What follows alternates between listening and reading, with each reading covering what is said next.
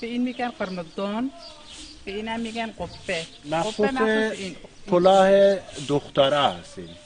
روسری هم روسری قدیمیه دیگه، طرحش هم قدیمیه، خودش هم قدیمیه. یالق. آره اسمش هم یالق، تکمه یالق. لباس زنا نقش داره، نقشش گل داره، گلاش گلریزی شده. بعد بعضیشون دیگه از اون سکه ها دور برش سکه میدوزن برای زینتی خودشون، برای اعلام آمدن خودشون استفاده میشن. همون پیراهن میگن دون ترکمن.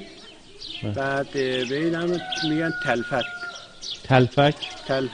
این کلاه اچمک تیکایی میمانه، اینو براشون یه کلاه سبک که تو خونه یا برای خوابیدن اینا درست میکنن.